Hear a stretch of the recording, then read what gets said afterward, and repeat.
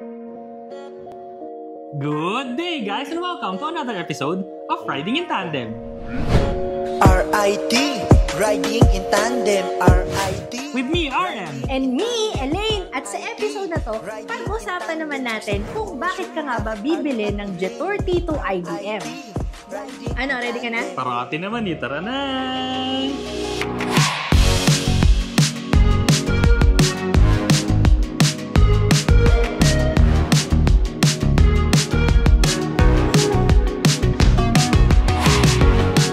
Hindi to review video budol video to kung bakit ka nga ba bibili ng Jetour T2 IDM. Alam nyo na ha. Sa itsurang yan, bruskong brusko, machong macho. Tapos na usapan. Maraming salamat sa panonood. Sana nag-enjoy kayo sa video na to. Next video na! Saglit! Wait lang! Itutuloy pa natin tong video na to.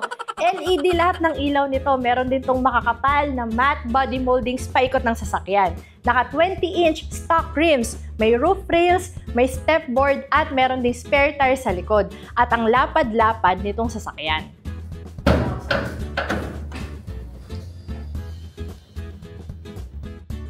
At ang pinaka-importante, ang makina. 1.5-liter turbo hybrid engine. Meron din tong dalawang electric motor. Napakalakas nito kasi 375 horsepower at 610 Newton meters yung torque. So pinagsabay nila dito yung power. So napakalakas ng power nito pero matipid pa rin siya sa gasolina dahil may hybrid system nga. Meron din tong pure electric mode na 139 kilometers at ang total range nito more than 1,000 kilometers sa isang full tank at isang full charge. O diba? Pwede. Hanep naman talaga ang dating sa labas, no? Pero isang napaganda rin kasi dito, no? Itong nasa loob. Yung interior kasi nito, premium, na rugged, na high-tech, lahat-lahat na talagang makikita mo dito sa loob. Simulan na natin sa dashboard. Ang infotainment screen nito, 15.6 inches na tumataginting. At ang instrument cluster naman ay 10.25. Diba? Ang laki-laki! Ewan ko na lang kung hindi nyo pa makita. Tsaka yung design mismo ng dashboard, no? Textured kasi lahat siya. Yung ibabaw, yung may ilaw pa siya dito sa passenger side na parang may susundan kang trail na map, ganyan. Tapos pwede mong iba-ibahin yung kulay niyan. Parang ito yung ambient lighting. Pagka nagpatugtog din kayo ng music, nasabay din yan. Pwede rin siya yung parang sumasayaw yung ilaw, gano'n. Yung nagpapalit-palit yung ilaw, tas on-off, patay sindi, gano'n. Pero pwede mo namang steady lang. Kasi kunwari ako, ayoko kasi nung patay sindi gusto ko yung steady lang ba? Nadidistract kasi siya lalo na pagka sa gabi. Syempre kasi nga may ilaw, ganun. So gusto niya yung steady lang. Sa ilalim pa nung may ilaw na parang mapa na yan, no? Mayroon pa siyang open na compartment. Pwede mo lagyan ng cellphone, ng wallet, cards, barya. Kasi sa ilalim niya, meron pa yan na glove box na nakahiwalay. Gustong-gusto ko rin yung manibela nito kasi leather wrap siya, perforated pa yung ibabaw. Yung screen ko, yung instrument cluster, sobrang daming information. Pero yung usual na kailangan mo naman, kita mo kaagad. Kunwari, yung speedometer nasa ibabaw, pinakataas. Tapos nasa bandang right side naman yan na makikita mo kung paanong umaandar ngayon yung makina. Kasi di ba nga may makina to na i-discuss din natin kung paano gumagana yan mamaya. Tsaka syempre, ang importante sa akin, yung shifter ko kung nasaan gear na ako. So ngayon, nasa D tayo, malamang umaandar tayo Napakarami rin itong pindutan dito sa manibela. So sa left side niya, no, meron siyang adaptive cruise control. So di ba, doon pa lang sold na. Pero sobrang dami pa dito sa right side, meron pa siya ng mga controls para sa infotainment system. At dahil na nandiyan tayo sa usapang adaptive cruise control, meron din tong mga safety systems na pagkadami-dami na ilalagay na lang natin dito. Kasi ang dami nila, baka humaba lalo ang video natin.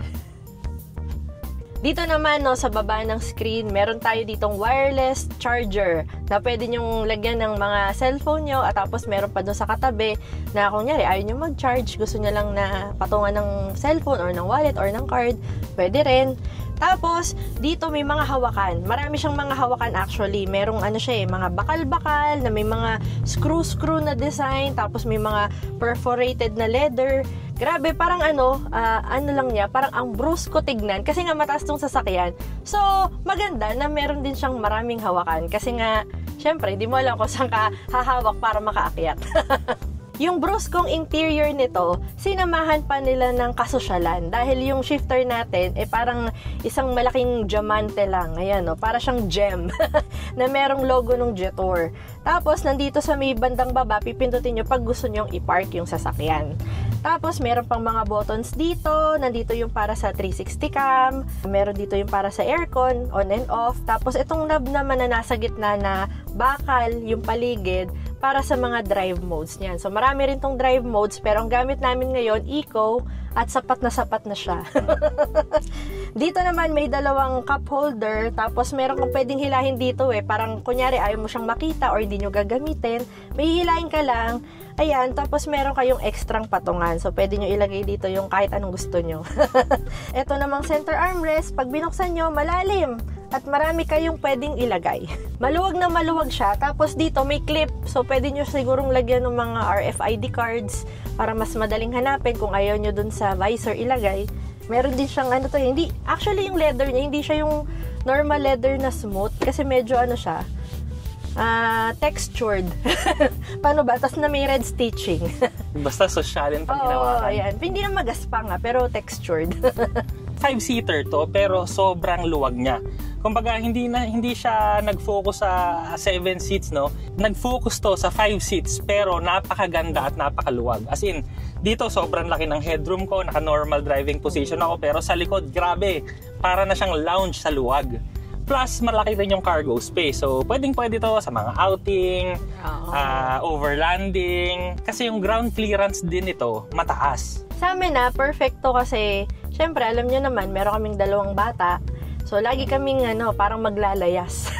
Pag-aalis. So, may kasama pang stroller. Minsan, alam nyo na, maraming bag, diaper, damit, dede. Lahat-lahat. So, yung likod, pwede namin ilagay doon yung mga malalaking gamit. Tapos, dahil nga maluwag siya, kunyari, mga madaling kuhanin ng, kunyari, damit, dede, na nasa bag, ayan. Lalagay mo lang doon sa sahig or sa tabi mo, yun. Luwag ka pa, tsaka yung paa mo, may stretch mo pa.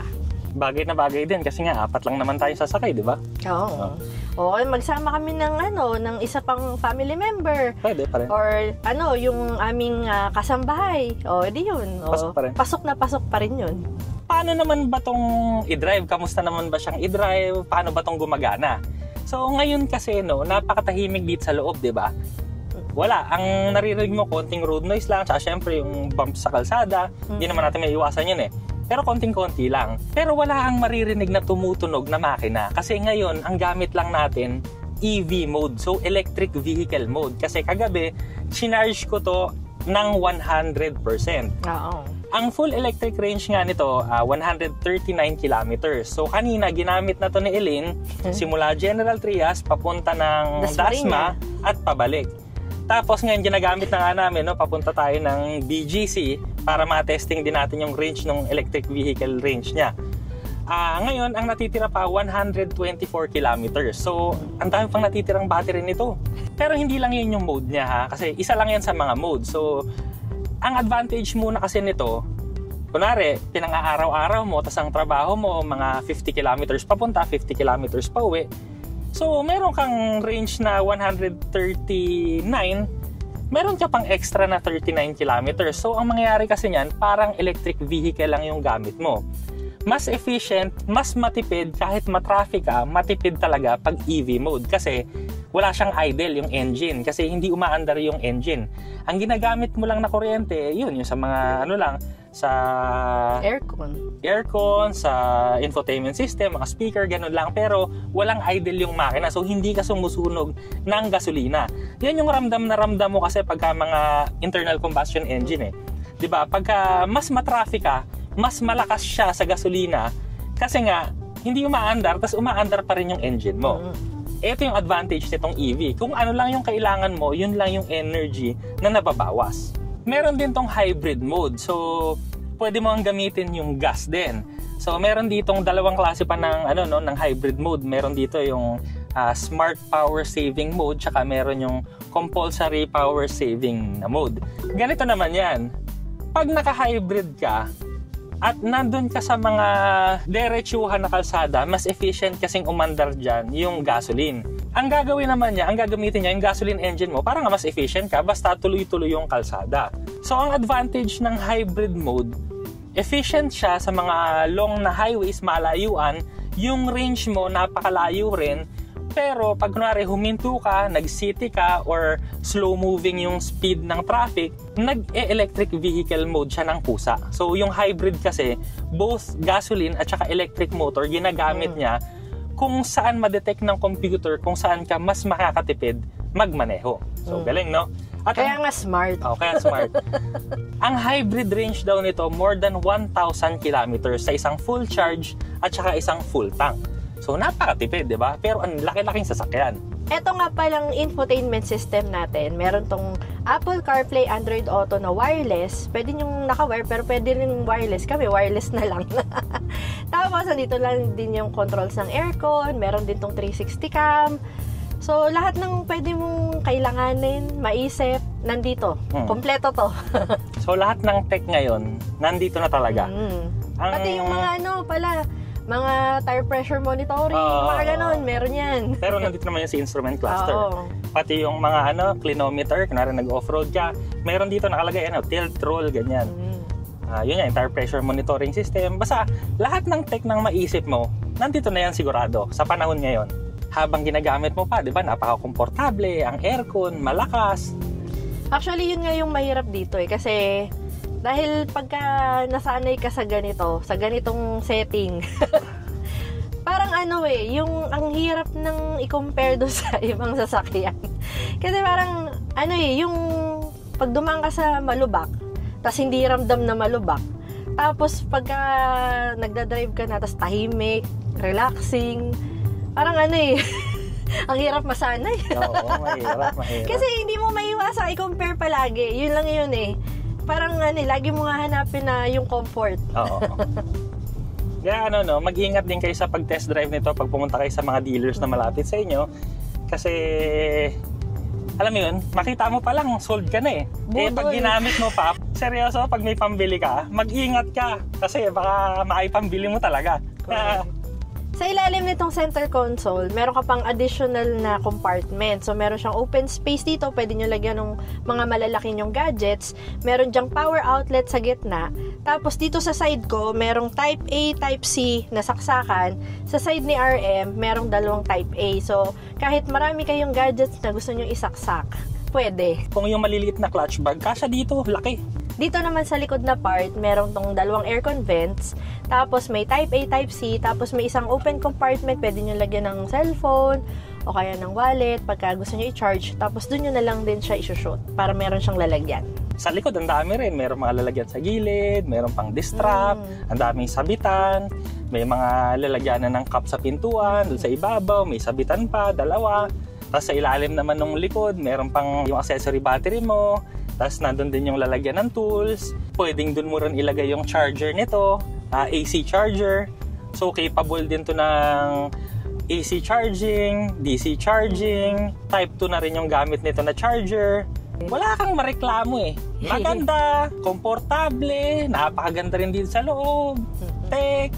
Ito pala, nagustuhan ko rin pala dito kasi pwede mong utusan yung sasakyan. Ay, oo, isa pa yun. Pwede, kunyari, pwede niyang ipabukas tong sunshade, pwede mo pabukas yung sampulan ko kayo. Hello, Jetour, open sunshade. Wala akong pinindot. Diba? Pero kasi yan kumbaga basic na pinapakita ng iba yan. Pero yung mga crucial na function kasi dito, yung mga kagaya nito. Hello, Jetour. It's too cold. Yun. Tapos binaba na niya ngayon yung fan speed. Yung fan speed, temperature, yun. Kung fan speed lang yung gusto mong baguhin, pwede rin. Kunwari, ganito. Hello, Jetour. Teka, English kasi. Hello, Jetour. Increase fan speed. Ayun. So, in-increase na niya ng isa sa increment. Ang lamig.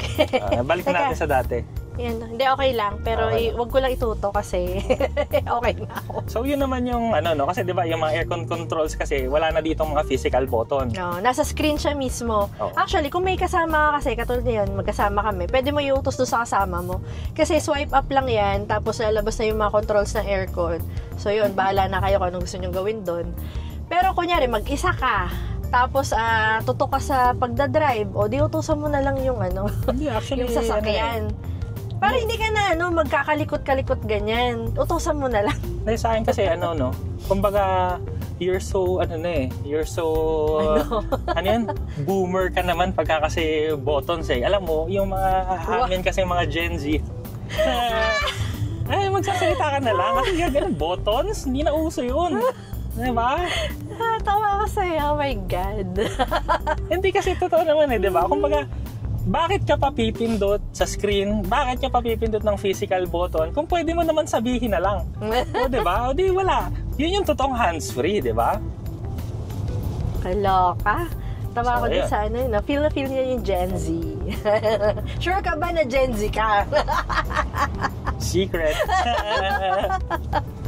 Anyway, yun na ano, yun, pag ginamit mo pa, ang lakas ng power ngayon, EV mode lang. So, pure EV mode, pagka binanatan ko, yun no, ang bilis talaga niya. Tapos pag binitawan ko naman, nagre-regenerate naman siya ng kuryente. Pero eco mode lang to ha, meron pa tong sport mode, normal mode. Pero may snow, may ano pa ba yun? Marami. Apat, normal, eco, sport, snow.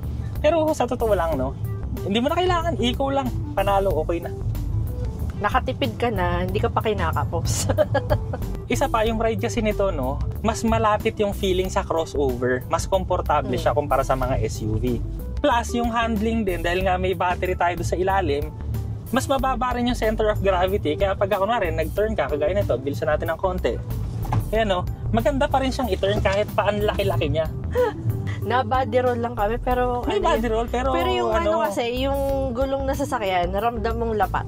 Ganun. Oo, tsaka hindi nakakatakot kasi controlled na controlled eh. Ayun na nga, gwapo, high-tech, lahat nandito, edi why not? Why not coconut? Why not? Advantage din ng Jetour T2, sa totoo lang, yung ganito kasing looks, no, para makuha mo yung ganito, plus yung tech na lahat ng nandito, yung premium na makukuha mo dito sa T2, kailangan mong gumastos ng more than 5 million, 6 million pataas. Pero dito sa Jetour, no, hindi mo kailangan gumastos ng ganong kalaki para makuha mo to. 'Di ba? So, kaya para sa akin, sulit na sulit talaga yung ibabayad mo dito sa Jetour T2. Bang for the buck sa lahat ng makukuha mo dito. Dagdag nyo pa, no? Kasi wala tayong coding dito hanggang 2030. So, hindi mo iisipin araw-araw ano nga ba ang ending ng plate number nito. Yun sa amin parang na-appreciate ko talaga ngayon. Kasi alam niyo naman, 'di ba, taga Cavite kami. So, luwas kami ng luwas. Luwas kami ng luwas. Ngayon, sa layo ng biyahe, kailangan talaga namin ng matipid. Pangalawa, minsan kasi no, nagkakamali rin ako, nakakalimutan ko na coding pala. Eh dito, yun na nga, wala na yung dilema mo na coding ka ba o hindi. Eh di araw-araw gamitin mo yung sasakyan. Yung iba kasi no, hanap nila, di ba, off-road, all-road. So ito, all-road din naman to. Pero ang pinaka-importante dito, no, all day.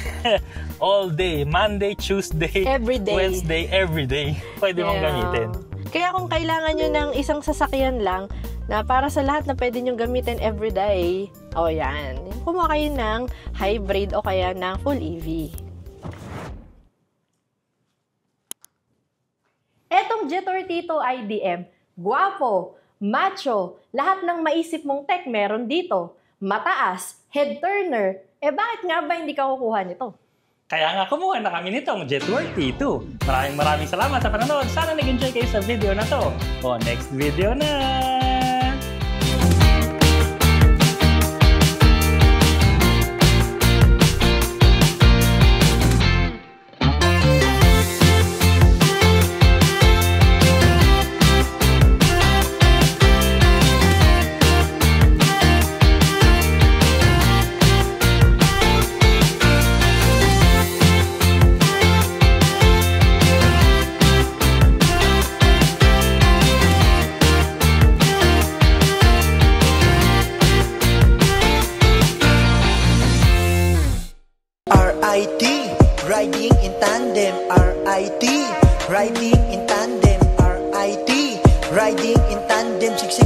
impormasyon mula kay RM at Elaine.